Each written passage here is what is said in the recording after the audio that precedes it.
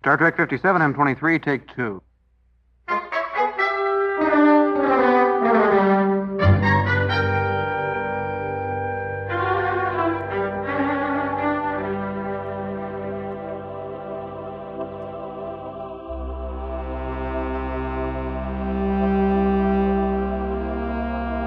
It's the It's Got Star Trek podcast.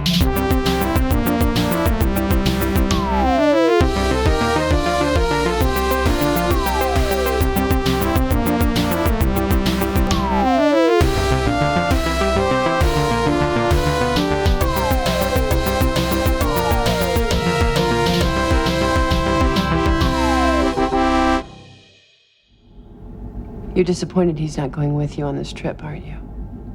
Well, he has other things he'd rather be doing. Friends he'd rather be with. It's funny. A year or two ago, nothing would have stopped him from coming with me on an adventure like this. I guess I waited too long.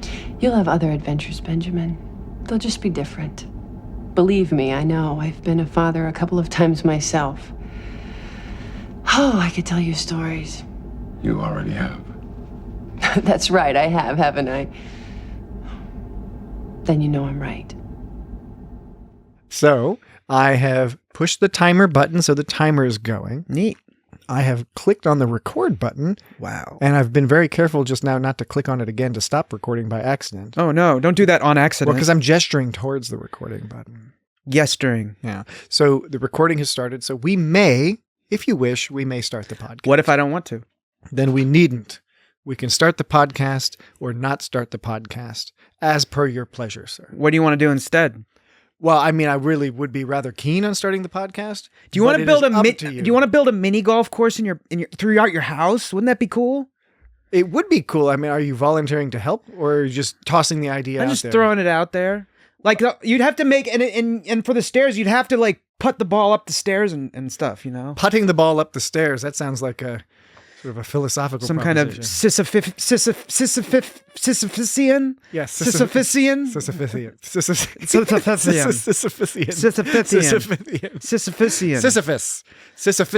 But Sputnik. Hey, that's from before we started the podcast. Don't let the pre-podcast stuff leak into the actual podcast. It'll confuse people. All right. So, hello. This is Patrick. Sorry. This is Patrick. I don't normally say that. Mm-hmm. Normally, I don't make a big deal about my name. That's Dan over there. Hey, Dan. Hey, Jacob. Jake isn't here.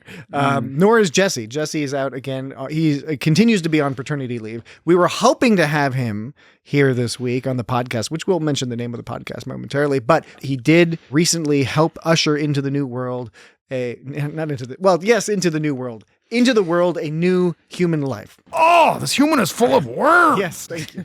Thank you. But he couldn't make it tonight because his infant daughter ran up to him and gave him a swift kick in the balls. She just, that'll happen from time to time, especially with the second child. They're a lot more feisty. Yeah. You took the words right out of my mouth. I was going to say she sounds feisty, and you said it. Yeah. Now I can't say it. No. I mean, I could, but what's the point? You sort of did. Yeah. Okay. But in reference to it, not like... Anyway. Well, if anybody's confused as to why Jesse's not here and why, as a result, Dan and I are not on our best You gave behavior. a beat between that. You said, why Jesse's not here? Why Jesse's not here? Why Jesse's not here? Did I make this mouth sound, or are you adding that in as an illustration? Why Jesse's not here? Why Jesse's not here? Why Jesse's not here? He is not here now. You should have let me put some echo on that or something. Oh, well, you should have done that. Yeah, well, can't do it now. No way to do that now. Right. Okay. I feel like you asked me a question before and I didn't answer it. I don't have a recollection of it. Yeah, it's not. All right. Well, though Jesse's not here, but that's okay. Dan and I will hold down the fort. And tonight on, what's the name of the podcast, Dan? The It's Got Star Trek podcast. All right. Very awkwardly stated. Yes. Welcome to the It's Got Star Trek podcast. Welcome aboard, sir. I believe, if I got my numbers correct, I believe we are on episode 273. Yes. Of the It's Got Star Trek podcast. So we welcome you to that. Hey! Hey, Jacob. Hey! And yes. Hi. Hello. Hello. And this week, Dan and I, on episode 273 of the It's Got Star Trek podcast, Dan and I will be discussing the Deep Space Nine Season 3 episode, Explorers. It seems hard to believe. It ought not be, because that's what we do each and every week on this podcast, is discuss an entry into the filmed Star Trek lore. It's the only explanation. So yes, as you can tell from this cacophony of sound Cacophony? clips, cacophony. Yes, you're right. Cacophony. That's an example of one where when you read it, I remember, reading it cacophony and then hearing it cacophony and then saying cacophony as a joke. But then the problem is it supersedes the correct pronunciation in my mind because I joked about it too much. Just like with Penelope instead of Penelope. Good point. Good point. Penelope. Whoever said Penelope? Well, Did you when say you- Penelope? Well, when you read it, it looks like Penelope. Does look like but Penelope. when you hear it pronounced, it's Penelope. All right. Don't even get me started on Genevieve. Some kid I remember made fun of me once because we were like, I don't know, young in early elementary school or something. And he went to some smart school or something. And he was dissing on some kid he knew. He was like, he doesn't even know what 3 cubed is. And I was like, oh, wow, okay. And he's like, do you know what 3 cubed is? And I was like, no, because nobody taught me what cubed meant. But you know what 3 cubed is now. And back then I would have known what it is had they taught me the word cubed. They didn't. That's you knew the problem. 3 to the third. Yes, but you didn't know cubed. I didn't know cubed. I never heard it. Was this Bronco by any chance? No. Was this kid Bronco? No, it was not Bronco. Your childhood bully? No, Bronco was not my childhood bully. Your childhood abuser? No, but the point I'm saying is this same kid used to pronounce the word Leviathan, Leviathan. Oh, And and sort so of like I'm- Wingardium Leviosa. And so in I'm just Harold thinking, Potter. I'm just thinking like glass houses, man. You know, just like Glass half empty, half full. no, it's glass houses because he was getting on Glass slipper and No, Cinderella. it was glass houses because he was like implicitly shitting on my shit because I didn't know what cubed is. But here he is walking around, He was shitting in a glass house. talking about Leviathan. What gives him the right to criticize me? You know what I'm saying? Yeah. Okay, so I inadvertently got us on that tangent there when I said Yes. cacophony instead of cacophony. That's right. And what I was trying to get at is, as the audience, who some are presumably still listening, when they hear all of your collection of sound effects, or sound clips, I should say, from this episode, they can tell that we've got a lot to discuss, yet we're wasting so much time at the beginning of the episode. Because we've got It is beautiful, isn't it? Bashir and Lita and the Doctor and the ships and the Cardassians and drunk O'Brien and all manner of things to get to. So we should start getting to them. But before I forget, That is from the heart. Huh? we yeah, I know the huh? I'll play it one more time. That is from the heart. Huh? You can hear him swaying as Yes. he's saying that. Yeah. This is all fantastic. Yeah. Spoiler alert.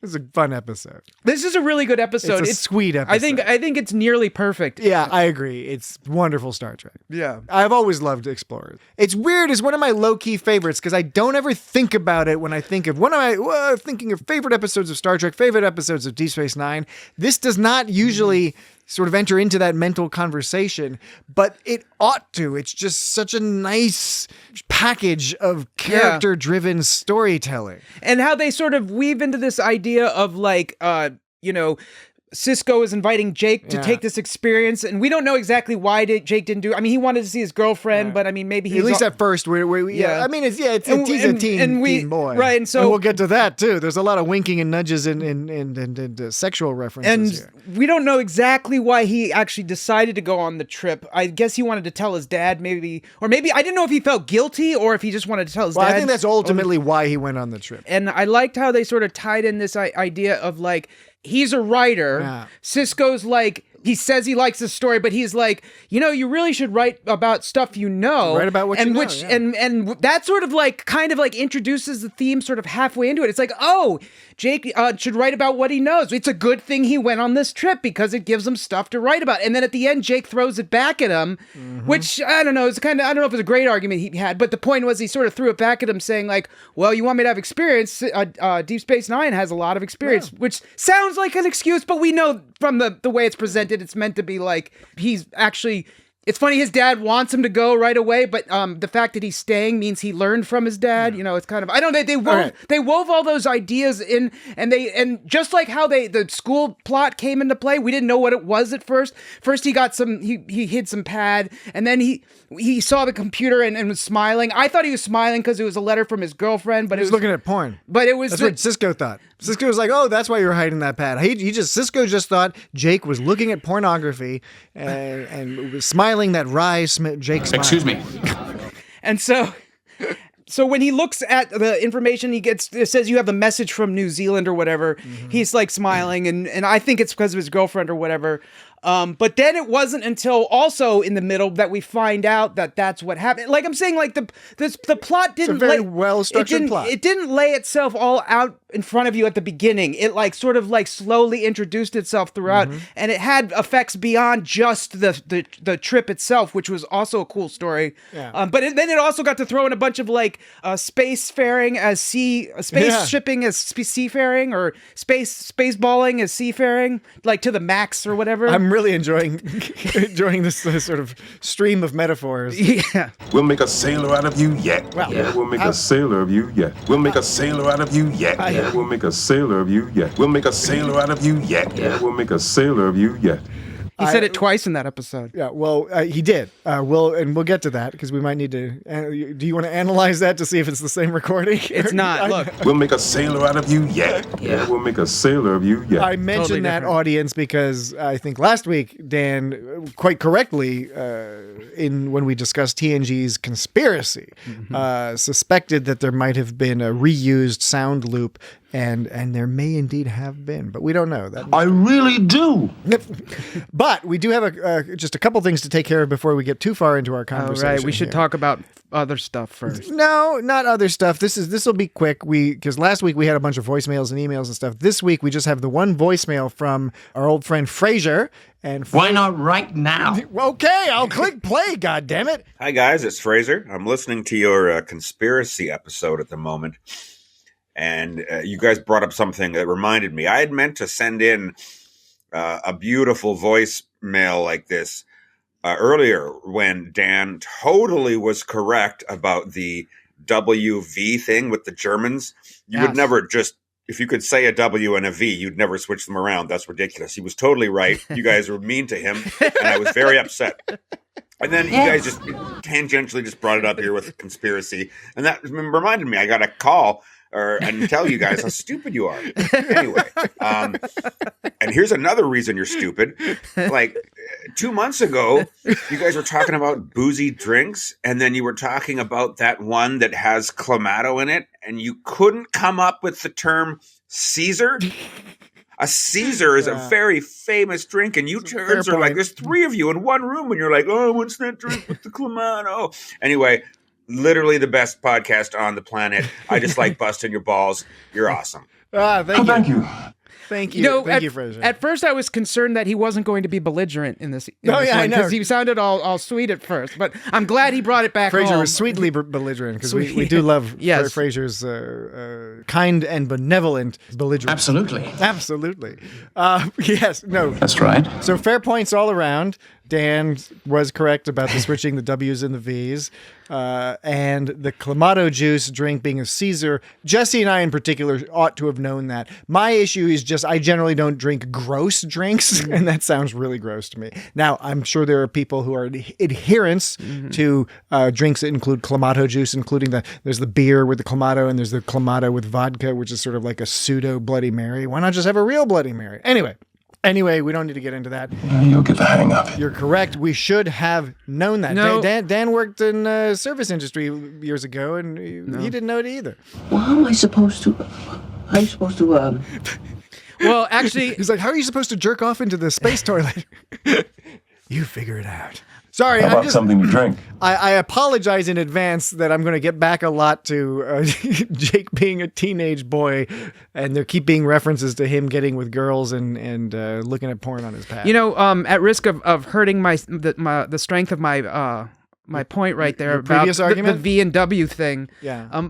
My brother told V and me, W. my brother Volkswagen. My brother told me that he would have pronounced the W's as V's. So Well, because to be fair to your brother, he, like I, is pretentious. no, he's not. Yes, both he's he, just both he and I are. We're at least at the level of pretension that we would make a point to be like, the name is Werner, not Werner. I think it's because he's a singer, and so like he's used to singing in all different languages. So you've just said pretentious using a different word. I mean, I didn't say that. That's your. I think it's because he's a singer. No, they sing in different languages. So, look, that's your editorial, man, not mine. I mean, I'm just stating facts, or I'm stating facts about what it is, and what I think it is. I think both your brother and I are comfortable with our small degree of pretension that we permit ourselves. You're not just saying that.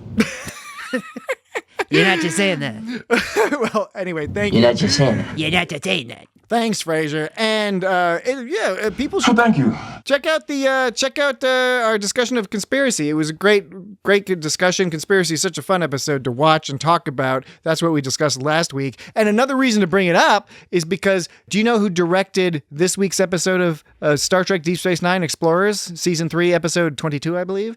Terry Farrell. No, Cliff Bowl. Cliff Bowl. Cliff Bowl. That's what I was going to say. Do you know who directed TNG's season 1, episode 25? Cliff Bowl. Conspiracy? Cliff Bowl. Cliff Bowl! Oh. That seems hard to believe. It isn't. Cliff Bowl actually directed a huge number of Star Trek episodes. But it's kind of funny that just by pure accident, although I don't know, this is all related to Dan's podcast selection algorithm that he has, his proprietary secret. He doesn't tell Jesse and I how it works. Word gets around.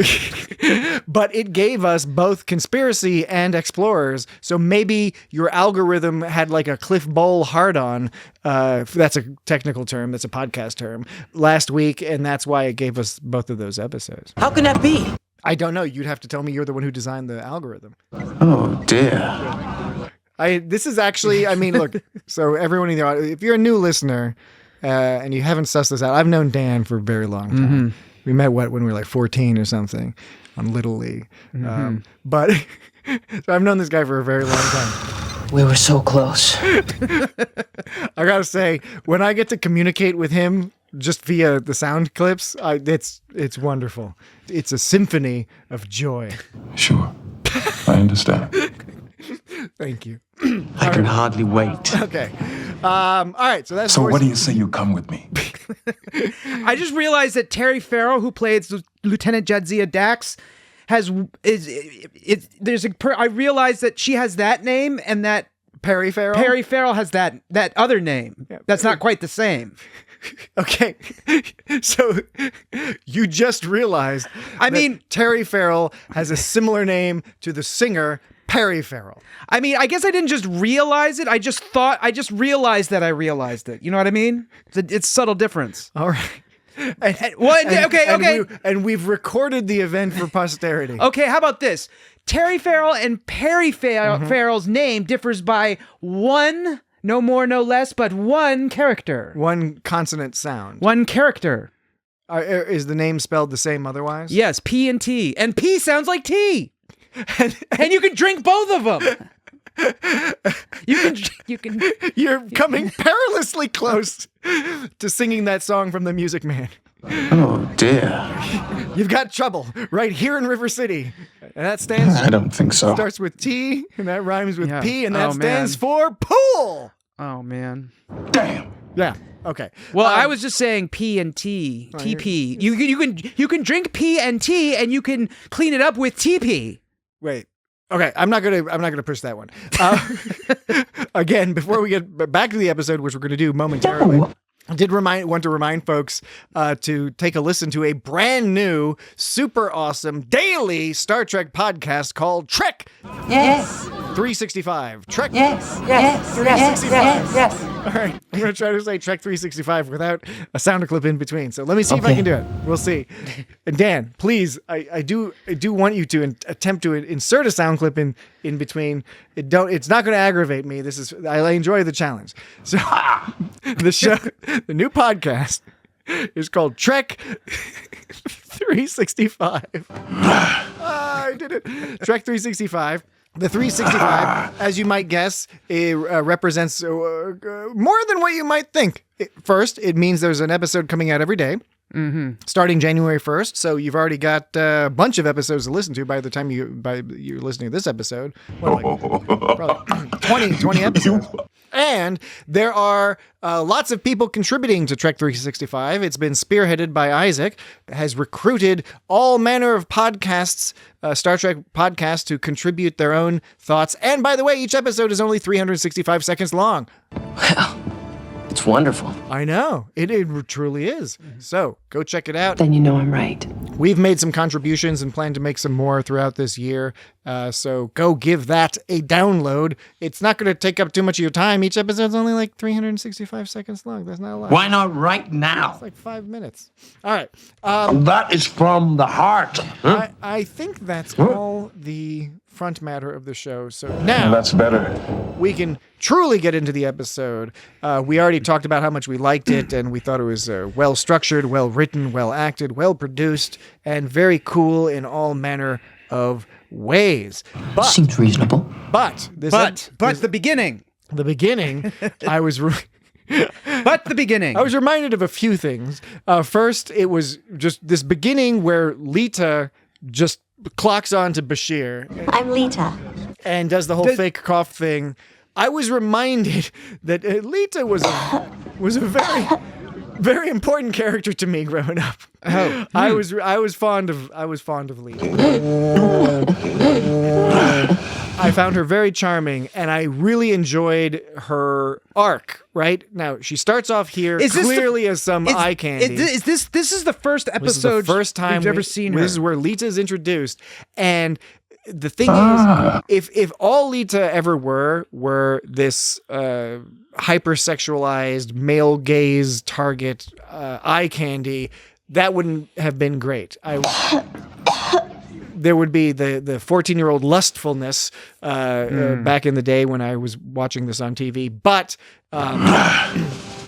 no, Lita actually grew into a wonderful character, and Chase Masterson just did a brilliant job bringing so much more to this character than I think was probably written in the script. That was probably forced into the script by Rick Berman and his. I mean, colleagues. I know that Bashir is like, it's healthy for people to flirt at a bar or whatever. Yeah. But something about that interaction seemed like real creepy, and maybe it's the whole doctor-patient role play that went on. But something felt really creepy.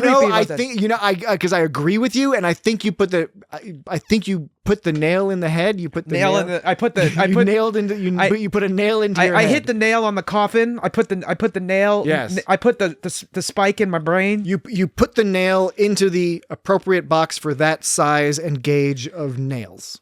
Okay. All right. Good. How about something to drink? Something was throwing me off about the interaction, and I couldn't quite figure it out. And I think you've just figured it out for me, and I appreciate that. I think it's that doctor. I'll try to figure that out. Because she's flirting with him by faking the cough, right? Which is sort of cute and charming in a 90s sitcom kind of way. Yeah. I like how in the Quarks bar you can always hear Damjad is like pool. What's the one that spins? That's Dabo. That's the Dabo. You can always wheel. hear the Dabo wheel Yeah. playing. I It's like that. more fun roulette. Yeah. Yeah. But so she's sort of using this excuse of needing to talk to the doctor to want to flirt with the doctor, which again, it's like, okay, it's not such a big deal other than the fact it has flavors of like 1950s. The masculine structure of society forces women into securing mates or what, I don't know, whatever, some weird philosophy. It's a very male philosophy. Yeah. There's an undercurrent of that in this otherwise cute little flirtation between the two. But other than that, I did find it was charming when Bashir is trying to get rid of Dax by doing the whole pad maneuver. That old gag. He's like, here's the data I want you to get for you. Here's the data. Here's the data. Hey, look, here's the data. Hey, Dax. Hey, Dax. Hey, Dax, take a look at this pad. Here's the data. You can take the data with you. Getting a little Cosby-ish. No. I know you don't intend to, but you're kind of drifting in that way. Well, I guess the Will Ferrell's like Harry Carey impression kind of sounds like. Yeah. It's just in that direction. Sure. Indeed. But I did like that. And it was an interesting start to this whole thing. Now, an important factor with the Bashir interaction with Dax that is that if you're watching DS9 from the beginning, we're in season 3 now. At the beginning, Bashir was being a bit of a sex pest towards Dax. He had an obsession with Dax. And so here, when he is trying to dismiss Dax because he wants to flirt with Lita, that is, again, somewhat bizarrely, somewhat Bermanishly, does represent character growth for Bashir. He's moved past his childish infatuation with Dax and now has a childish infatuation with a completely different person. Dax never reciprocated those feelings in any way to Bashir, did she? Not Jadzia Dax. Not Jadzia Dax. Dax has been a father several times, but they didn't say that Dax has ever been a mother. Dax has been a mother as well. Well, they only said father. Because in this context of this episode, being a father was the thing that counted. Because otherwise, Sisko may have dismissed Dax's advice. No. Which he argued. No. Dax was arguing, I think quite correctly. What is this? That she and her symbiont, she had the memories of being a father and so could offer some advice. How can that be? From a few different angles. However, you could see somebody like Sisko maybe saying like, well, you know what? Your frame of reference, having lived multiple lives and living in a different culture and having worms in your belly, is a different parental context. And plus, Trill society is a different society. We've seen them. They can be pretty strict. They can be pretty assholey in some ways. S3E Dax's mom was up to all sorts of annoying shit. I'm sorry to hear that, Doctor. Anyway, buttons. Elizabeth Lenz. I bet she became an optometrist. Wait, is that the name of the competing doctor? Yeah, Elizabeth Lenz. She's a doctor. She became an optometrist. Because her last name is Lenz? Yeah. How's it spelled? Did you look up how it was spelled? I looked it up. It's spelled L-E-N-S-E, Lenz. L-N-S... L-E-N-S-E. L-E-N-S-E. Lens. As in lens. Is that how you spell it? Isn't lens without the E, though? Lens, as in I like to look at a lens. Or look through a lens? I like to imagine a lens. See, I used it in a sentence. Sometimes I imagine a lens. You do recognize perhaps that is not the best example. If you're going to come up with an example phrase to illustrate the definition of the word lens, using it as a noun is not the best. Okay, how about this? I was sitting at the dinner table and I noticed a lens. Same problem. Oh, you've used it as an object noun at the end of a sentence, as opposed to maybe explaining its purpose, which would help in the example define what the thing is used for. Like, I couldn't make out the text on the far wall, so I had to look through a lens. I blew it. You did blew it. I did blew it. You did blew it. Anything else about this, at least the beginning part of this Bashir stuff? I beg your pardon? Okay, well, I guess we should clarify. Bashir is first dealing with pre-ganglionic fiber. He's flirting with Lita, but he quickly abandons that. I think it shows a lot of promise. And again, this is really nicely written plot because first we see the character development. He's interested in Lita. He wants to dismiss Dax. I'm Lita. He used to have an infatuation with her. So boom, he's grown there. Lita is now his object of affection. However, boom, Dax reveals to him the information that the Lexington is coming to the station in but a few weeks' time, and that his rival, knowingly or unknowingly from Dax's perspective, I secretly think she knew. I think that's why she told him, because she was like, ha ha ha. Oh, you think Dax was fucking with him? I think she was fucking with him. Seems reasonable. She tells him this, and then all of a sudden, Bashir is distracted by that. And you know how much he wants to get with Lita. You know about that. You know how he's eager to be in that scenario, and by putting him in that scenario and then distracting him, it demonstrates to us the degree to which this rivalry Bashir had is occupying his mind, that he would abandon what seems to be a sure thing with Lita in order to become preoccupied with this old school rival of his. And it shows how vain he is later on, because he's talking about... Oh, okay, sorry. Because he's... You said vain. I thought you said veiny. I'm sorry. I apologize. It talks about how vain he is later, It's like, I can't. We're starting already. Okay. I want you to be able to give your point. So let's take a quick break. Is that cool? Because it is Okay. break time. Let's take a Yes. break, and then you can talk about all the veins you want when we get back. Okay. We will be right back. Solid job. Let's take a break.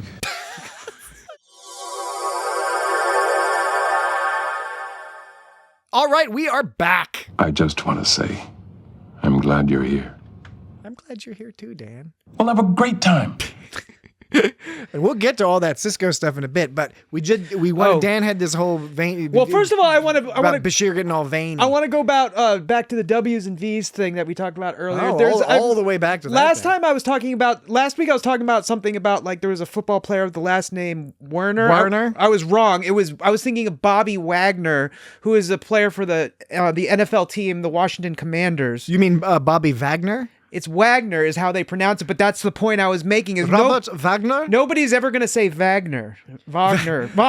It'd be Wagner. Wagner, hello. But I might say Wagner, depending on which. If I was in Germany and I saw somebody named Bobby Wagner. Yes, like the composer is Wagner, but I'm saying if you're talking about Bobby Wagner, you're not going to call him Bobby Wagner because it's like that's not his name. No. Anyways, the point I was getting about Bashir is he was just showing how vain he was being.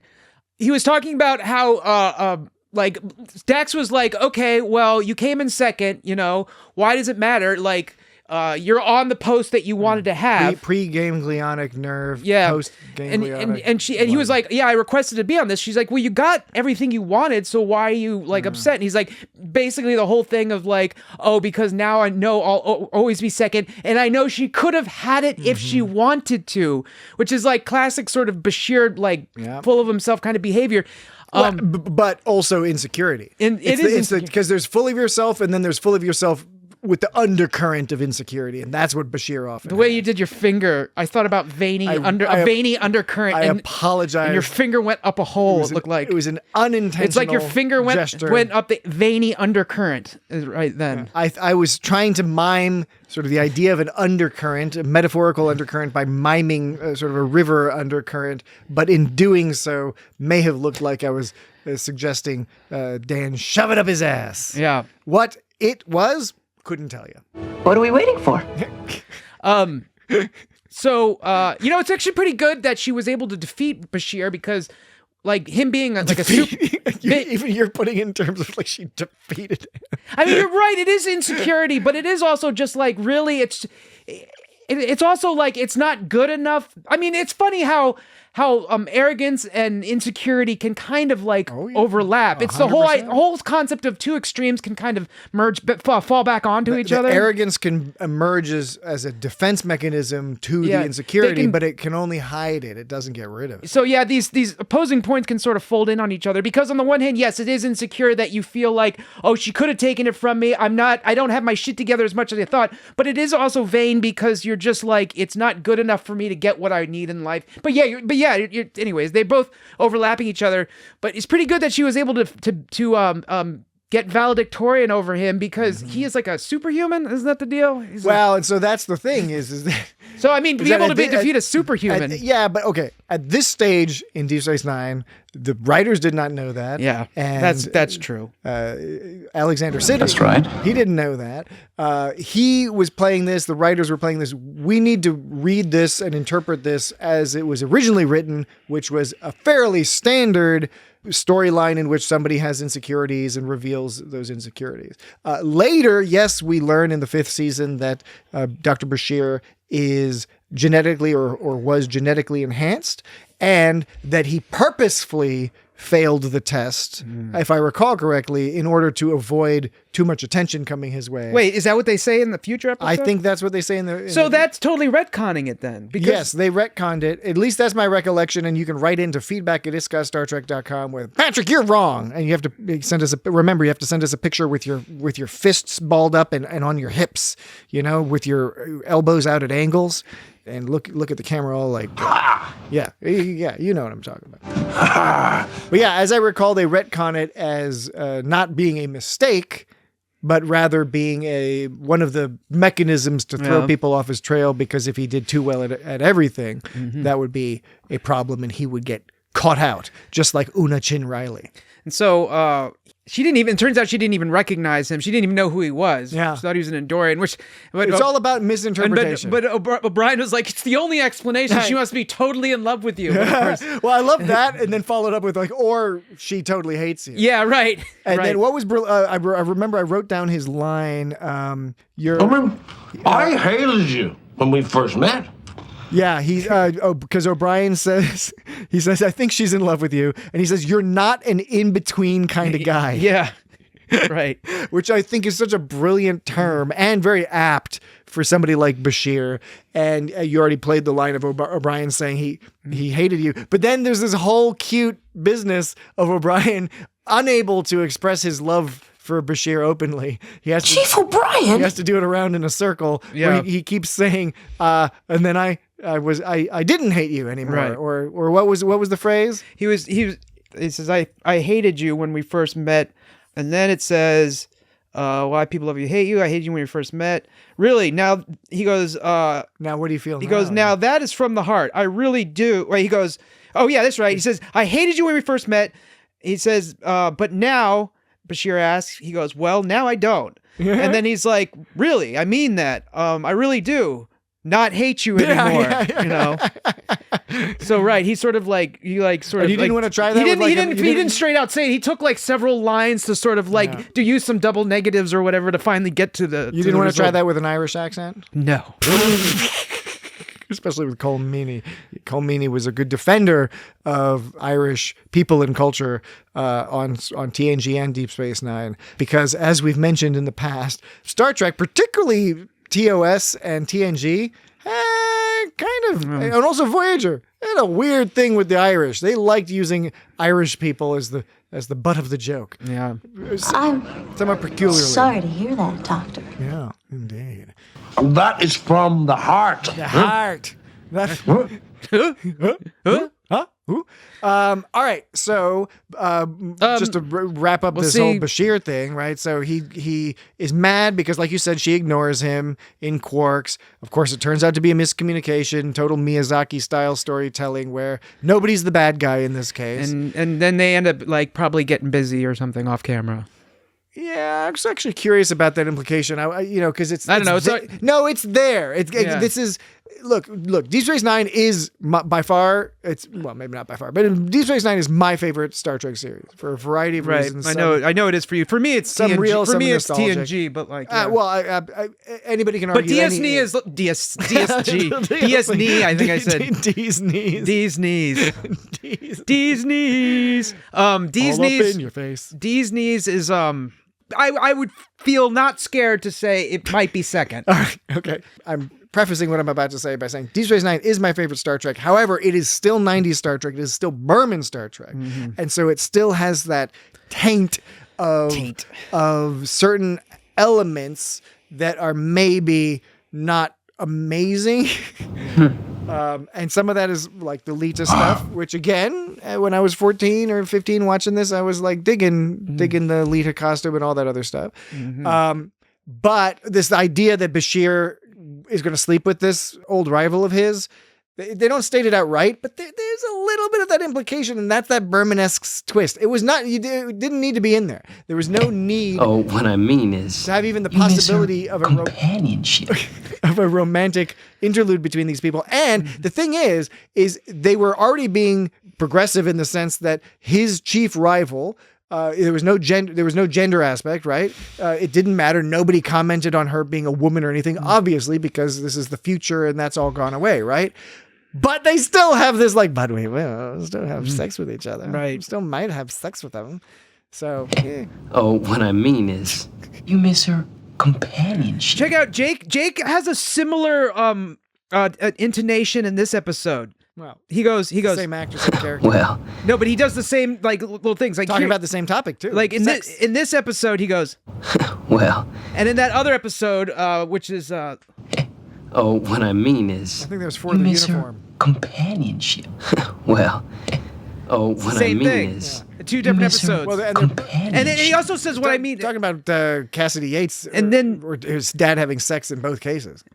What I mean is he says what I mean again in this episode. So he goes, well, what I mean is Oh, what I mean is... You miss her That's a good catch. companionship. That's a good catch. Well, You miss talking. Jake misses talking. He takes any opportunity to talk about his dad fucking. Yeah. Yeah. I know. Yeah. Who But we'll wants get to talk that. about We'll that. get to that. Let's finish up this And Bashir business. Then there's Bruce Lucier's. That's where they met at some kind of. Do you remember there's some kind of Bruce Lucier's was the restaurant? Yeah, Where and the Andorian friend. Yeah, the Andorian, Which is a very cute, meet cute style Meet cute. misinterpretation, misunderstanding. Bruce Lucier's. Bruce Lucier's. Bruce Lucier's. Bruce Lucier's. Bruce Lucier's. Because it'll be fun. Because it'll be fun. Because it'll be fun. Because it'll be fun. Bruce Lucier's. Bruce Lucier's. Bruce Lucier's. Bruce Lucier's. Because it'll be fun. That's nice. I like that. like that.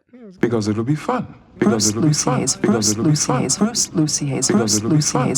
You weren't a big fan of that one. No, I like that. I mean, we don't need to do it again, but I do. Bruce Lucier's. I do quite like. Because it'll be fun. What I mean is... That's good. This will do fine, Major. This will do fine, Major. This will do fine, Major. This will do fine, Major. What I mean is... How can that be? I don't know. How can that be? I don't know. How can that be? I don't know. How can that be? I don't know. What I mean is... Because it'll be fun. So, audience at home, again, Jesse's not here tonight. Jesse sits across from Dan normally, and I, because of the location of the big mixing board and all that stuff, I sit sort of catty corner. But Cattywampus. I say catty corner. They're two different. They're two different meanings. Well, you could also say kitty corner, but I don't like kitty corner. Catty corner means catty a different. corner. Catty corner and catawampus are two totally different things. Yes, well, yes, they are. I just like saying catawampus. I understand that, but kitty corner, catty corner are two different. I'm a catty corner person. I sit sort of catty corner. What would you say? About 10 feet away or so. My main issue is that, see, when Jesse's here, he's close enough that he can sort of like kick Dan under the table if he needs to. I can't reach over to Dan. Because it'll be fun. This will do fine, Major. Because it'll be fun. How can that be? I don't know. Anything else about the Bashir? What's her name again? Lenses? Lens crafters? It's something lens. It's something. It's Dr. Elizabeth Lenz. Elizabeth Lenz, yeah. I enjoy this storyline. Again, there's a little problematic edges on the front and the back of it, but overall, especially when you don't consider the future direction of the Bashir character, this is a fun little example that describes some background, provides some background for and contours for Bashir's personality. Contours. That when they were all drinking together, having drinky time, at one point, you mean Bashir and O'Brien in O'Brien's room? Yeah, when they were all singing that. When Keiko was presumably gone with Molly.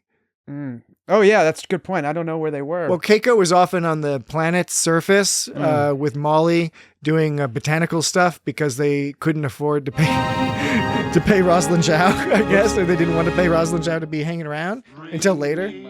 Oh, is that why she wasn't in it? Well, yeah, I'm joking around, but I'm sure practically you don't need to have somebody just walk through the hallway. Yes, they're singing Jerusalem, which is a popular British drinking song. It's funny how when people sing like these songs, they're probably so beautiful and melodic when properly done with the full instrumentation and everything. But when you get a couple drunk guys singing it, it just sounds kind of like atonal in a way. It's also that old style of somewhat arrhythmic, atonal. Yeah. But I bet if you put it together and nice and cleanly, it would come together more. I don't know. Well, our friends in the UK, certainly in England, will be familiar with this tune. It's been around for quite some time. But then Bashir's like, I'm going to go tell her now. And then Brian's like... I think we should switch to Synthale. So they're switching to Synthale because they're so drunk, right? Yeah. But like, okay, back to that whole discussion of what Synthale is. Yeah. You don't like drink a bunch of like beer one night and say like, oh, I drank too many like beers. I'm going to switch to like, O'Doul's, like a non-alcoholic beer. It's not like you drink like, a case of alcoholic beer and you decide you're too drunk and so you switch to like, what I just said, non-alcoholic beer, right? Yeah. No, it's an odd thing to do. It's an odd thing. Why would you switch to Synthale? Which makes me think that there is a subtle difference in Synthale maybe does give you some kind of buzz. It just, it doesn't fuck you up in the same way. I don't think it's been confirmed on screen, but I think that the prevailing view, and forgive me again, I haven't done a formal survey. No. But I do think that the prevailing view online is that certainly a prevailing view, if not the prevailing view online, is that synthahol does provide a buzz, but a buzz that can be either swiftly or instantly recovered from, or that in some other way does not negatively impact your potential functioning. Now, I'd love it. yes. Now you can argue over exactly what the contours, not to overuse that. I'm thinking of like that contours, like the contours of a sexy car, or a sexy body, like a body of a car, or a human body with whom you may wish to copulate. Oh, you sound just like a Cardassian. With all due respect, Major, you're beginning to sound like a Romulan. I thought you were Endorian. Didn't you talk about the sexy Cardassian necks as a child? You always have tried to imagine whether the neck ridges, like how far down the neck ridges Yeah, went. I imagine the neck ridges are somewhat resemble like the flaps on a king cobra. And do you think they go to the penis? I think they go from the neck where we see it, and it goes all the way down like the lat, sort of like the lat muscles between the arms, like kind of like wings, like a lat muscle wing, except but it's like flappy, not quite as. It doesn't take up as much space as the king cobra flaps, but it's like in that vein. Because we never get to see a Cardassian out of uniform. I've never thought of them as going towards the groin. So you don't think there's flappy Cardassian lizard flaps on the penis? I mean, now that you mention it, it's quite possible that there is. I mean, we looked up the Rule 34 at one point, and there were multiple interpretations of a nude Cardassian body. Just think of me as another guy. Well, that's neither here nor there. All right. You sound just like a Cardassian. With all due respect, Major, you're beginning to sound like a Romulan. I thought you were Endorian. I think we've largely concluded the Bashir storyline. We spent a lot of time on it, even though it is very much the B story. But it's not a slight story. There's a lot that goes on. They're doing a lot in this story. It's good. I liked it. It was a good compliment to the main storyline, the A plot of Sisko having one of his obsessions. By the way, this is just something that Sisko does every now and then, and it's so funny because with Sisko, everyone's totally cool with it. Anytime you have an episode where Kirk or Janeway or Picard develop some sort of strange obsession, it's usually framed as and accepted in universe as something to be concerned about. Mm-hmm. It's like, what the fuck is going on? They're freaking us out because they've become obsessed with something. Have they been replaced by an alien? Are they under mind control? But no, with Sisko, it's just like every now and then Sisko's gonna get super obsessed with some shit, and everyone's like, yeah, he'll get it out of his system. He just built like an entire ship from scratch by himself. And Dan, would you agree with me that this is perhaps a sign of depression on him, because he's the head of this very important space station, and he's just like, I'm going to spend all my fucking spare time doing this. He's shit. like disassociating from the rest of his crew, basically. And then he's like, oh, I'm bitter that my son doesn't want to hang out with him. He's like, you're not hanging out with him. You're building a handmade ancient nonsense ship. To be fair to him, he already did have plans for the weekend, but on top of that, you're asking him to go on some dangerous ass shit in this, but where even Dukat was like, now of course you can argue that Dukat warned him because he didn't want them to embarrass Cardassia with the Bajoran. Yeah. But Dukat did seem a little bit concerned. I do, and I also felt and at the end too. So it was funny. So Dukat was like, he actually sounded kind of menacing. He's like, well, I hope for your sake everything goes okay. Yeah. It sounded kind of menacing, but I think it seemed like he was actually concerned. And at the end, when they congratulated him, I know on the one hand that was a pure diplomatic move to congratulate them, but they didn't have to pull the fireworks out. I think there was some sort of.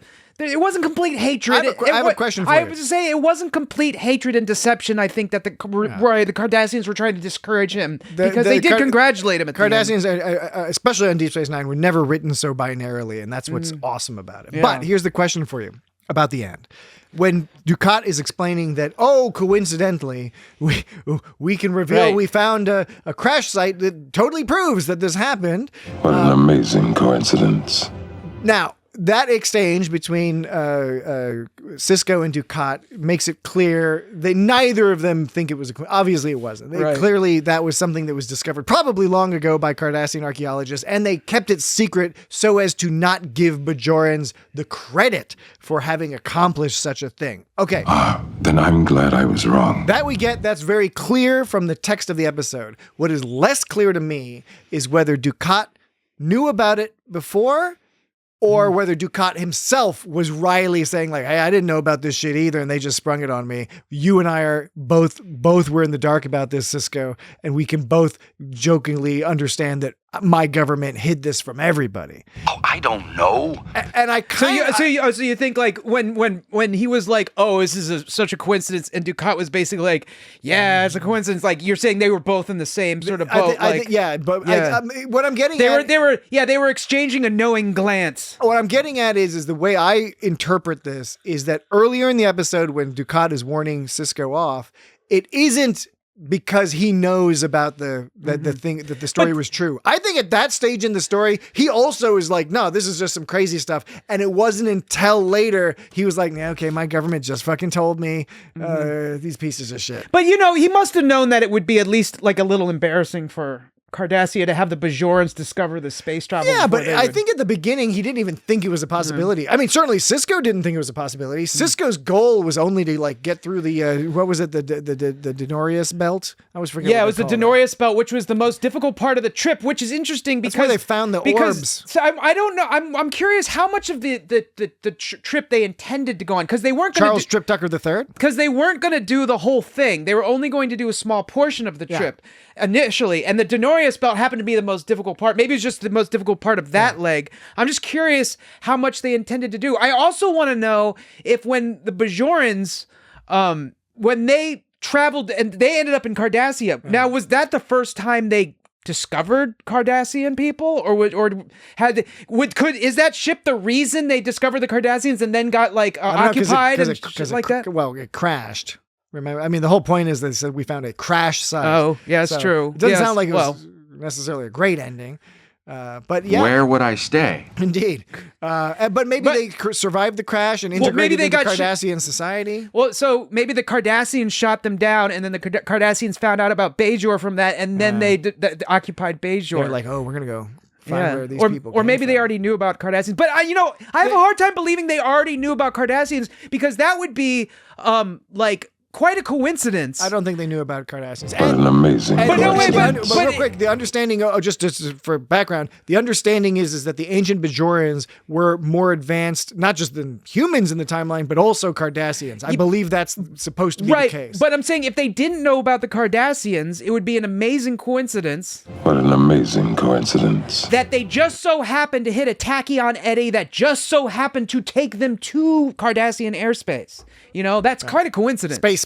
It would be more believable if the tachyon eddy led them to this random place and that's how they discovered the Cardassians, rather than they knew about them and it just so happened to bring them over there. Well, I think that we can say, based on the events of this episode, that the eddy, I guess, is relatively stable over the course of those many thousands of years, because the eddy took Sisko and Jake to Cardassian space. It took this previous thing to Cardassian space. So in the context of this reality, it is less of a coincidence if it's just always doing that. If you happen to get caught up in this river of tachyons, you're going to end up in Cardassian space. Well, no, I know that you're always going to end up in Cardassian space, but my point is, if they already knew about Cardassians, I don't think they did. But I'm saying, then that's a big coincidence that the tachyon eddy happened to lead them to Cardassia. I just don't see it as a coincidence if it's... because it could have led them anywhere. It could have led them out into the middle of nowhere in space. Space is big with a lot of emptiness. I understand that, but I'm just saying, yes, it could have been anywhere, so it might as well have been to Cardassia. Yeah, but Cardassia is also like the most intimate, like, they have the most intimate relationship with Cardassians, Bajorans and Cardassians with each other. I don't see it. And so I think it's a coincidence that these two cultures that are so intimately intertwined, it just so happens that we have a tachyon eddy that leads between us as well. I mean, I get what you're saying. I guess when I think about it is sort of the retroactive thing, was just like, well, it's not a coincidence. Yes, they're intertwined because they're close together in space. It's the same thing as saying that, different cultures on Earth ran into each other. They didn't have to be that way. It could have been in a different order or a different, but it happened the way it happened. And then so that's just how things are. Everything's a coincidence in that, by that definition of the term. But I get what you're saying.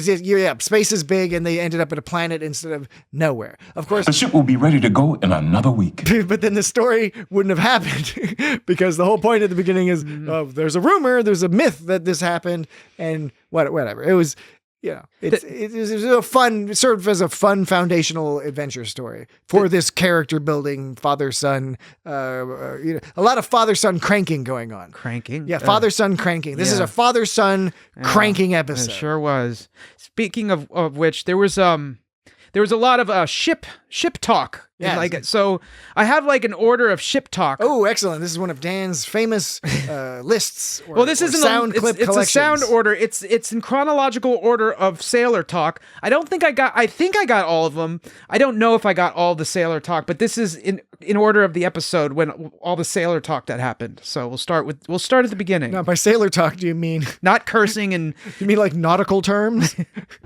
Just think of me as another guy. As in, like, wait, is that a nautical term? Is that a nautical phrase? Just think of me as another guy. It's a nutsackle phrase. Right. Sorry, that was stupid. is that your variation on the term nautical? Is nutsackle? Well, Sisyphusian.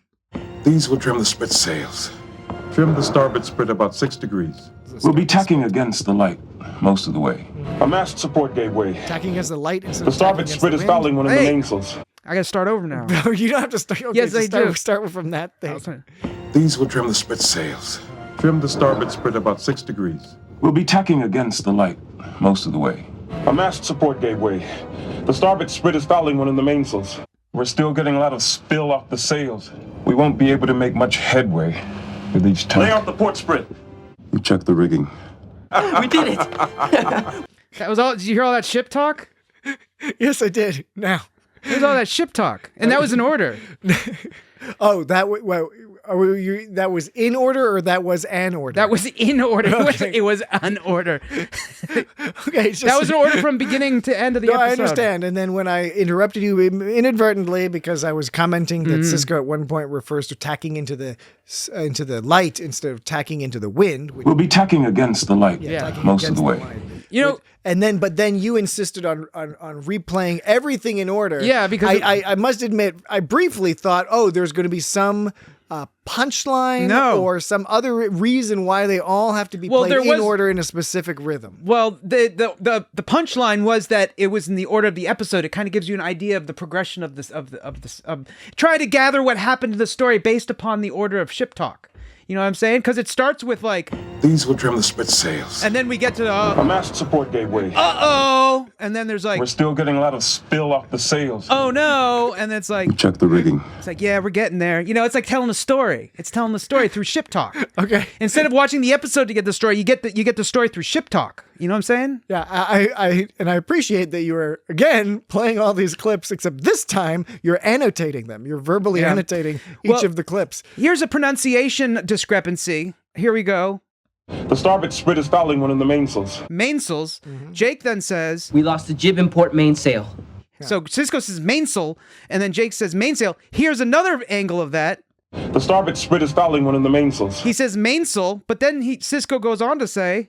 These will trim the sprit sails. So he says mainsails, but he says sprit sails. Yeah, it's because he is more pretentious than Jake. Jake has not yet developed pretension. He's too young for pretension. No, but like I'm saying, why would you pronounce it mainsail and spritsail? Why wouldn't you pronounce it spritsail? Because that would, again, this supports the idea that this is a pretension. Because if it were merely an accent or an affectation, I agree with you. You would expect him to apply that affectation to all similar phrases, but he doesn't. And because he doesn't, we can take that as evidence that mainsail is a term.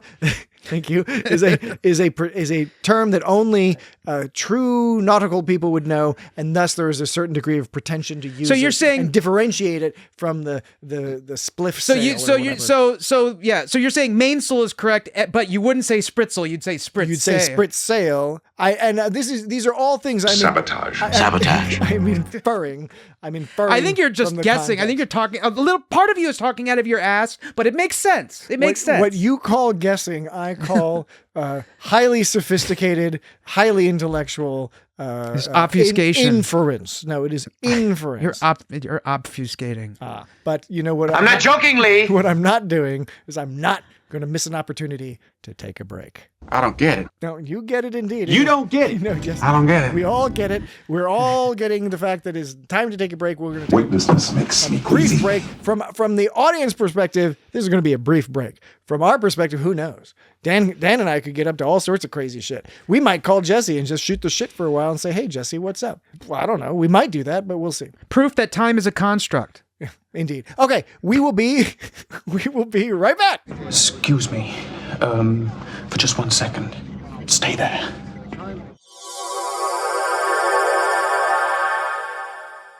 All right, we are back. Welcome. See, that applies because that's when Ducat says welcome at the end, and we're at the last break. Isn't that cool? Isn't that cool how I did that? Isn't that cool? Weightlessness makes me queasy. Yeah, I want to point out that Sisko is not being like he's so 100% about every single thing. Even I down got this in my notes right here. Yeah, even down to like the fucking space food. It's like you're okay with like having gravity, but you still insist on having space food. You know, I was going to say a gravity net is not an insignificant modification. I know. It's we know why they did because it. of production values. Because it would be crazy. Let's spend a few $1 million on this episode to have them floating around for no. This isn't good Apollo reason. 13. You know. No, indeed, it is not. That'd be cool if they made it like. Although it came out around a similar time. It'd be awesome if they made if they remade that episode into like a movie and they did that trick with the plane goes up and down and makes you float or look like the you float. trick. The trick. There's one trick that no one wants you to know about. I'll need a saber saw. It should only take about 4, 5 days. Saber saw? A story. A Romulan. A freighter captain. Okay. I think this sums up this whole episode. A saber saw? A story. A Romulan. A freighter captain. She doesn't have that much to do with it. But. No. I do think that's a succinct description. One of the things that is so awesome and wonderful about this particular episode and about Deep Space Nine more generally is it's so nice to have stories about really good dads trying to be really great dads. This is so rare because especially in Star Trek, more commonly than not, fathers are either absent or abusive. Yeah, right. That's just the way it is for a It's lot of really the true. characters. It is true. For male characters, for female characters, for young characters, for old characters. So often, the father is absent or abusive. Riker's dad is abusive. Picard's dad, it turns out to be more complicated than we thought, but he had a feelings of abandonment from his father and too much control from his father and things like that. And the list goes on and on and on. I know I only listed two examples, but you all are very smart Star Trek fans. You can conjure a number of other examples, including Data, if you count Dr. Soong. Sabotage. But yes, We're dangerous. On Deep Space Nine, we have Sisko as a widower, a single father in a high pressure career who still manages. We were joking earlier, of course, about Sisko abandoning Jake for this project, but he loves his son and he wants to be a good father, and he is a good father. Yeah. But he's also he's so supportive. One of the things he's most insecure about, Sisko is such a confident person, but they show this confident, strong person having insecurities about being a good father. He really, really wants to be a good father, and we see that in his conversation with Dax, and it's just nice to see that. And it kind of made me think about how Star Trek actually does the opposite. Opposite is not even the right thing because they're doing the same thing. It's a variation on what you see in Disney. In Disney, it's usually the mothers who are absent or abusive. Like Bambi's mother. Well, Bambi's mother became absent. Yes. Oh, yeah. There was a process. Not quite the same. They went through a process in which she was not absent, and then through a certain process, Bambi's mother became absent. Maybe. But you have the wicked stepmothers, you have just the dead mothers, etc. Which is worse. Well, yeah. Very common.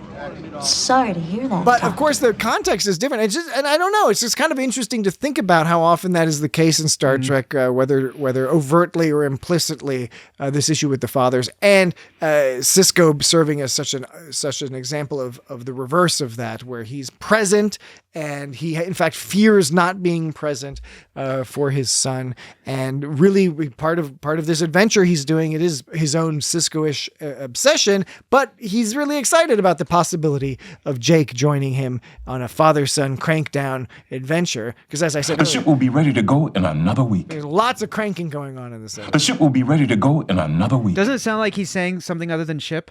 All right, let's try again. The ship will be ready to go in another week. This shit will be ready to go in another week. The ship will be ready to go in another week. Yep. Sounds like he's saying shit.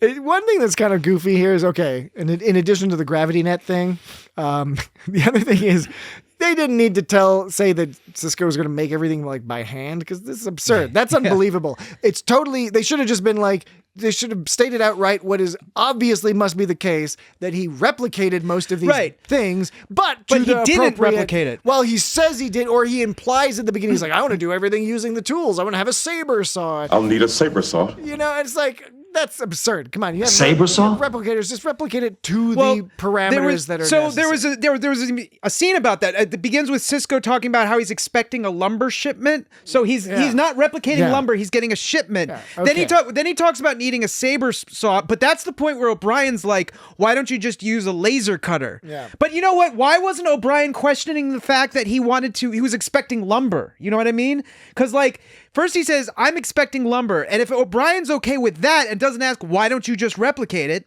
He should have been okay with him saying, I need a saber saw. Do you know what I'm saying? Because I agree. Because why would you question him about the saber saw, but not the fact that he's getting lumber shipped into the ship?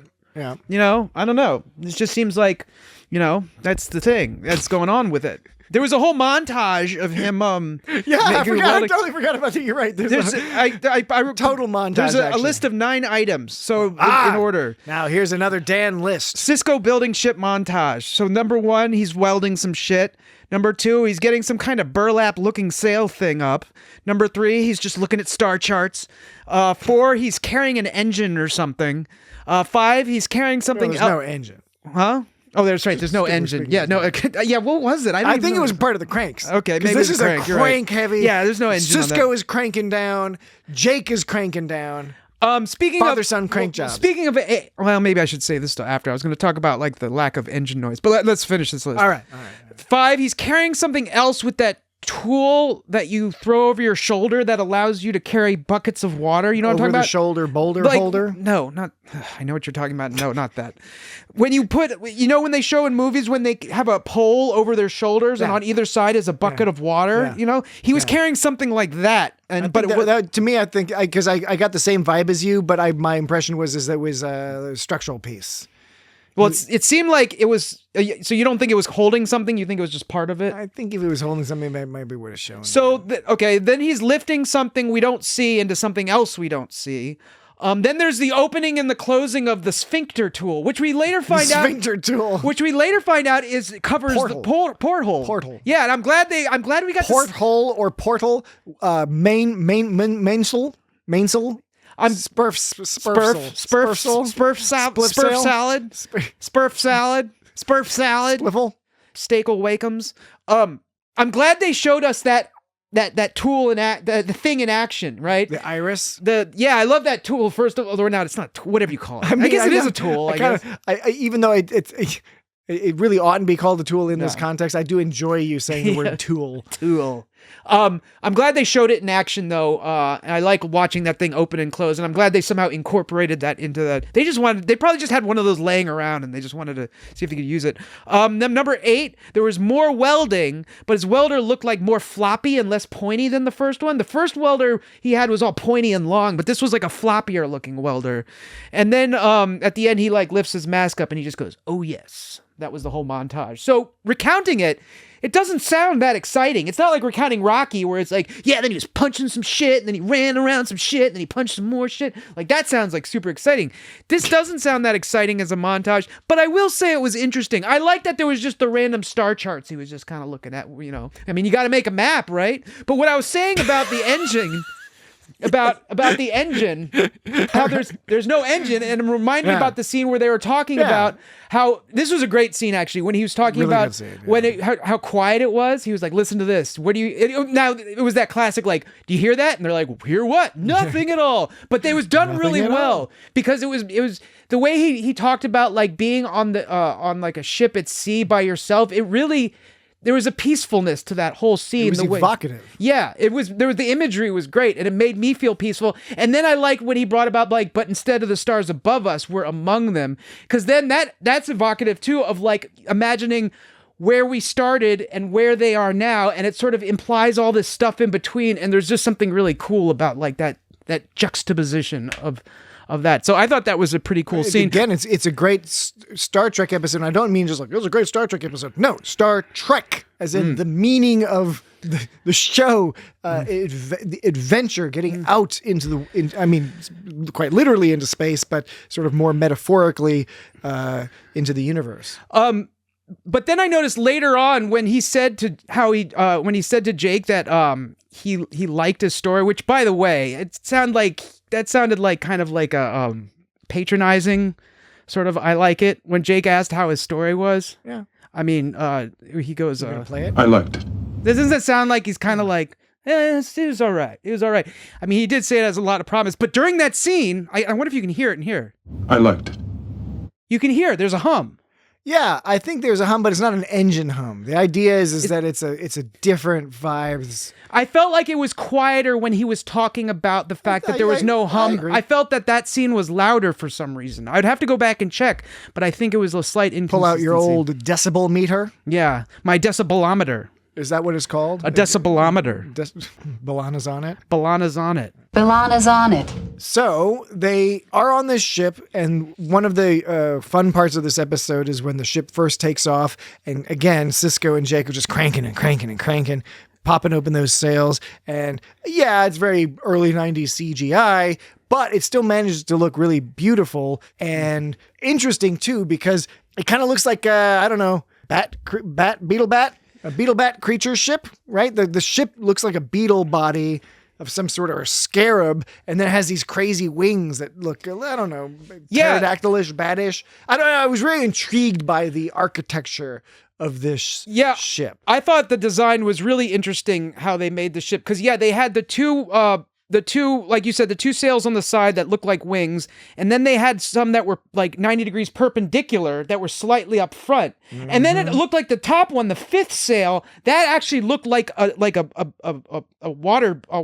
sailboat sail. Mm-hmm. If you look at that, that was the one sailboat sail combined with these other sails. Yeah. So it was like wing sails, like boat sail, and then the two weird flappies at the front made it look like a dragon or something. People at home, people listening in the audience, Dan is acting out all of these sails. Yeah.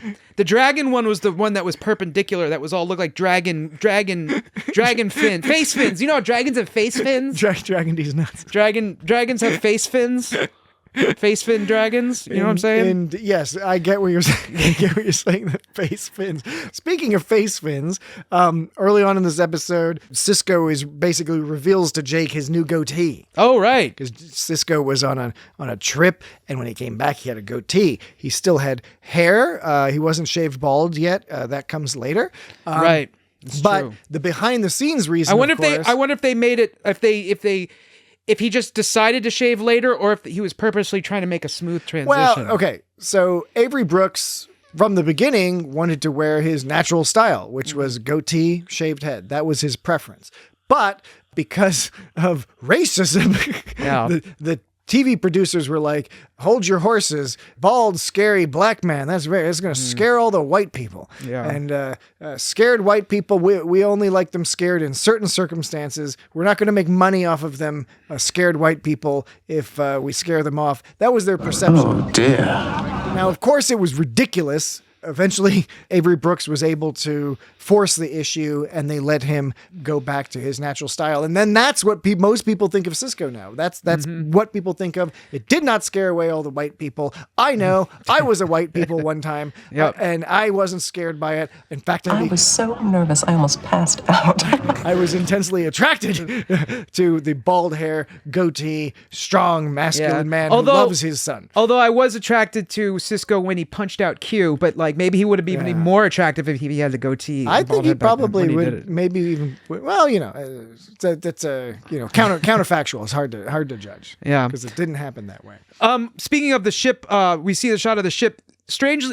Interestingly enough, I think on Chakotaya.net on the script, this seems like an editorial that they editorialized one part of it on Chakotaya. They put in parentheses when it describes the ship coming out, and the sentence says, "The bizarre little ship leaves DS9. Don't ask how."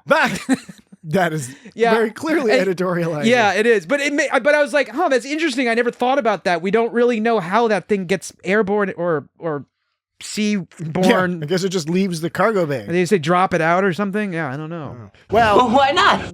So they're out there hanging out. We've already discussed the wonderful father-son conversations. Then there's the conversation Jake has eventually with his father, where he talks about wanting to become a writer and this potential, this opportunity he has. Pennington. Yes. It's pen because they have pens there. It's because I wanted to bring this up. It's in New Zealand. And Star Trek has this, or Silver Age Star Trek, this era of Star Trek has this weird obsession with New Zealand because that's where Tom Paris was in jail in a penitentiary. Oh, so Pennington Penitentiary. Oh, I was thinking in New Zealand. I was thinking Pennington as in Pens write stories. Well, that too. But that actually yours makes a little more sense. No, actually, to be fair, yours makes way more sense in the context of this show. But mine is maybe more fun when you connect it to Voyager and Tom Paris being interned at a New Zealand penitentiary where he was just out hanging out in the jungle fixing something. I beg your pardon? I don't know. But okay, so they're in there, and then there's a few fun things happen. We already talked about the cranking, all the incessant cranking. We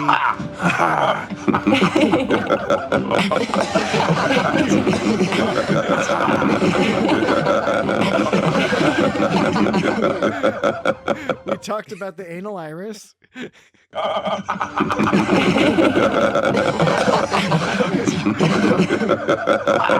and the zero gravity pee-pee and poo-poo room. Pee-pee and poo-poo room. But what we haven't talked about yet. What am I supposed to? Did you catch this? Did you catch this part? At one point. At one point, they were like, "How about something to drink?" They were like, hammock time, yo, hammock time, yo. Because right after that, Jake said, "Yo, yeah, hammock time, yo, hammock time, yo." It's like hammer time. I know. That was actually going to be my outro to this episode. Okay, you could do it again. Hammock time, yo. Well, that can still be your outro. It can still be it. I give you permission. I thought, that was like one of my favorite lines. I thought that was really cute. Hammock time, yo. Part of me feels like Cirroc Lofton improvised that or something. I feel like it. Or they got together and they're like, wouldn't this be hilarious? Hammock time. Yo. By the way, I love the clothes that Jake Sisko wears. Jake Sisko. He's got this most stylish, most awesome clothes. most colorful, shiny, stylish clothing. The future clothing that I want to start wearing those clothes. I'm sure you can get some of that stuff online somewhere. Yeah. Hammock time. Yo. The other things are hammock time was good. We also, again, we alluded to it earlier, but Jake just with all his winking and effing and jeffing about him fucking, about his dad fucking, and I hate to be so crude. So crude about it. What I mean is, but that's what it is, and it's cute. I mean, on the one hand, I think it's wonderful. I think it's wonderful and appropriate that Jake is comfortable enough with his father to be like, "Hey, Dad. Hey, Dad. Hey, Dad. Hey, Dad. Okay. Oh, what I mean is, you miss her companionship. You miss talking. and fucking." I mean, well, what I mean is, yeah, I guess you call it innuendo, but Jake is just with the winking and the everything. It's always cute. Yeah, I know. He's always going like, "Heh." It's like that kind of like it's that kinda- healthy. Yeah. I guess you're not used to sleeping alone anymore. What I mean is, But you miss companionship, sharing insights about command and duty. Duty. I like when he's like, you got to make time for these things. When he's telling his dad, and when he says you got to make time for these things, he's not talking about companionship or a relationship. He's talking about he thinks his dad needs to get laid, and that's one of his concerns. And then later his dad's like, hey, I don't want you to defer going to this prestigious school on my account because you're worried about me getting laid. And Jake is trying to say, like, look, I do want you to get laid. I also want to get laid. And Jake has calculated, that's my understanding of the ending of this episode, that Jake has calculated that the best route to him getting laid is staying on Deep Space Nine and having fun adventures, because when it comes down to it, Deep Space Nine is a dirty, crazy, Old West style place with all manner of smuggling and drugs and sex and pornography. You know about that. In the holosuites going on. I mean, it's a place of depravity and degradation for those who are seeking it. It's available. I had you going there. I thought it was time for a change. And that, Yeah, it is. And that starts with T, or starts with C and rhymes with P, and that stands for pool. TP. You got trouble right here in Bajor City. Right here in Bajor City. Yeah, I'm making a reference to the Music Man again. I think we should switch to Synthale. I wanted to talk about real quick. Jake said he wanted to defer, and then Captain Sisko says he starts telling him about how like he went to college and that he visited home every night for dinner. And Jake was like, "You must have used up a month's worth of transporter credits." This is an example of scarcity in Star Trek. Yeah, scarcity. Well, there's scarcity. You did a weird gurgle when you did that. You went like, did you like that? I can't do. It was a purely intellectual gurgle, I assure you. What are these? Sophisticated gurgle. You have natural scarcity and then you have artificial scarcity. There's no evidence that disproves the idea that the transporter credits were a form of artificial scarcity in the context of Sisko being a student. They just say at a no university. scarcity. You're saying that there's no artificial scarcity in the future, because my understanding is there's just no scarcity in the future. That's the whole joke. I think there's plenty of artificial scarcity. I think that there's but that's the whole joke natural scarcity. In other words, they have essentially, effectively unlimited access to food and resources. Right. That doesn't mean there aren't various systems to constrain things under specific contexts, like going to school. I can understand going to school. You don't need to have an 18-year-old person just have unlimited. You can do anything you want anytime forever for whatever. You're in Starfleet where you have to do homework. That was the whole joke in that Lower Decks episode, because she was riding that motor. The planet had just discovered post scarcity. There was a post scarcity society. Basically, you get replicated. And so someone was driving on some kind of floaty motorcycle, they just kind of threw it away. That's right. See, because they didn't give a shit. Which is an example where you can be like, well, now somebody has to dispose of that or clean it up or whatever. So you would nevertheless have some sort of social rules. So you think this culture, because it's so close to the beginning of its post-scarcity era, they're doing whatever, but over time they're going to start putting limits on things. You figure that out, and then you can create artificial markets. Yeah, we'll make a sailor of you yet. We've seen other examples of artificial markets on starships, particularly in modern treks like Lower Decks and Discovery, where there are limitations on the recipes available to different levels of crew.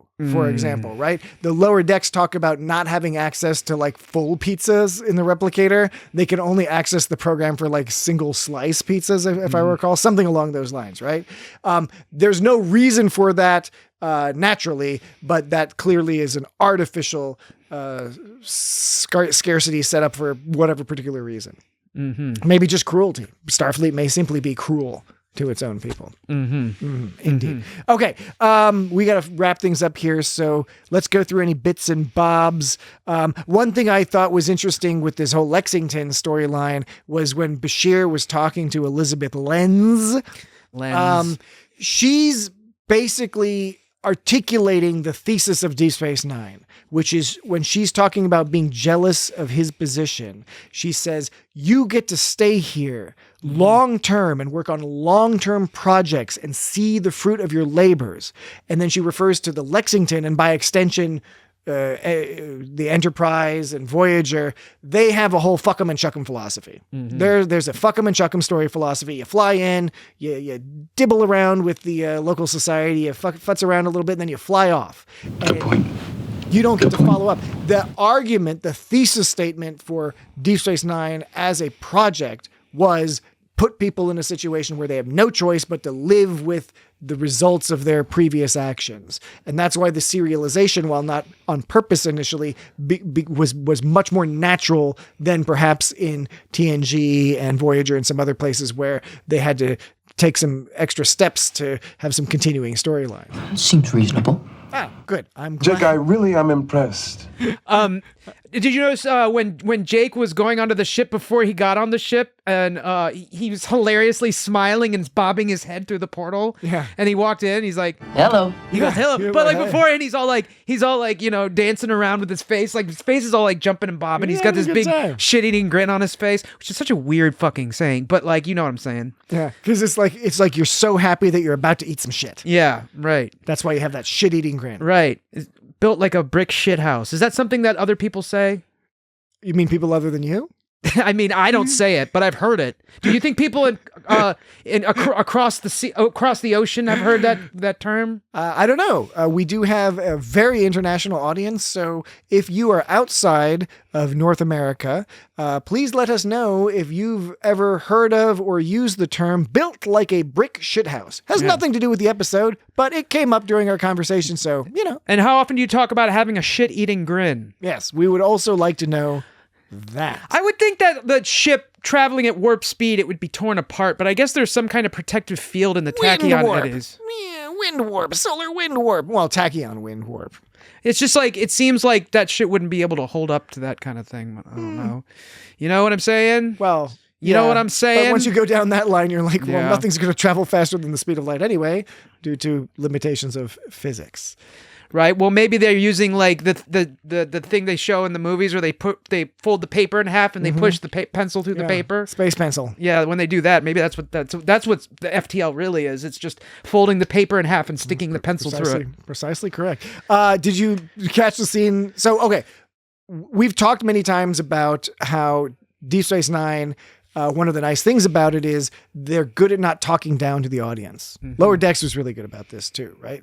Sophisticated stories and lots of Star Trek. This is not, all the series have done this to one degree or another. I think with Deep Space Nine, one could argue more consistently trusted the audience to understand what was going on, but not always. And there is an example of that in this case where at the end of the episode, there's all the cheering and the fireworks and all this. And then We did it.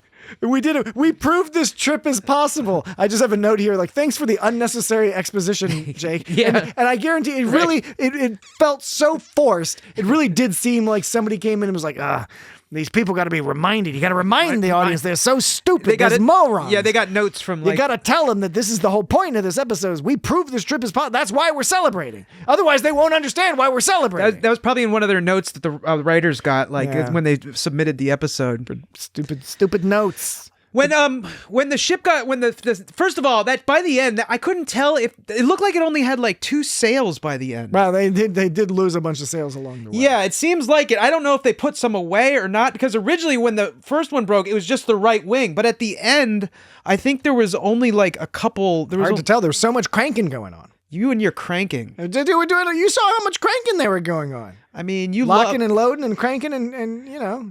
It was just a lot. There was a lot of cranking. All right.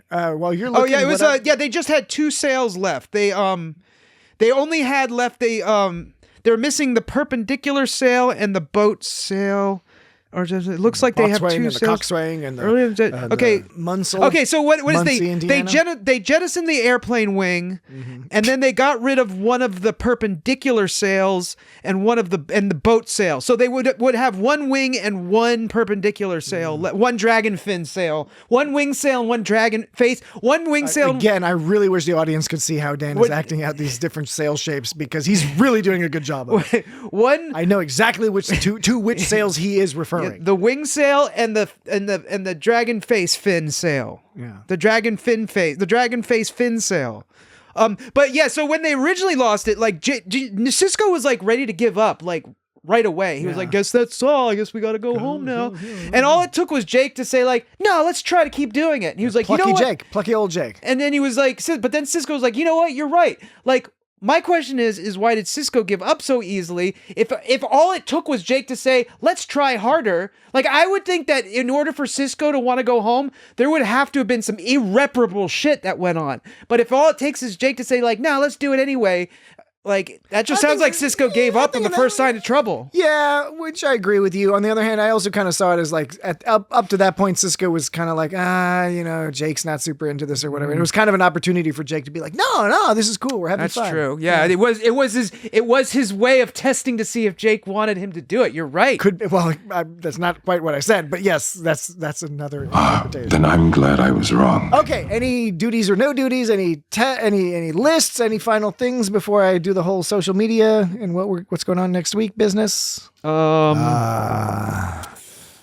looking. He's looking up and down. Oh, you'd think he'd remember. This is the kind of thing you'd think you'd remember. All